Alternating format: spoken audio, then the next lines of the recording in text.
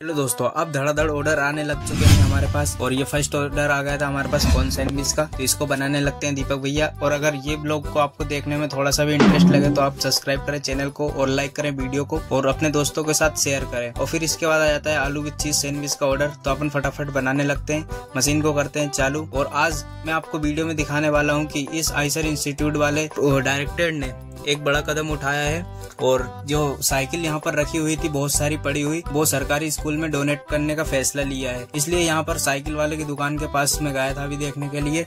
तो वहाँ पर 40-40 साइकिल पर स्कूल के लिए हैं। एक हमारे गांव का नाम भी आया है जो हमारे गांव के बच्चों को मिलेगा। और यहाँ पर भोरी के स्कूल में भी हमारे गांव के बच्चे पढ़ते हैं 11-12 करने के लिए। ये साइकिलें हैं, साइकिलें की कंडीशन भी बढ़िया है और पूरी सही करवा कर दे रहे हैं वो। ऐसा नहीं है कि बेकार की साइकिलें दे रहे हैं। ये अपन निकाल देते हैं यहाँ का बिल। जो सैंडविच रखा था ग्रिल करने के लिए वो सैंडविच को रेडी कर देते हैं और फटाफट दे देते हैं। इसी के साथ ब्लॉग हमारा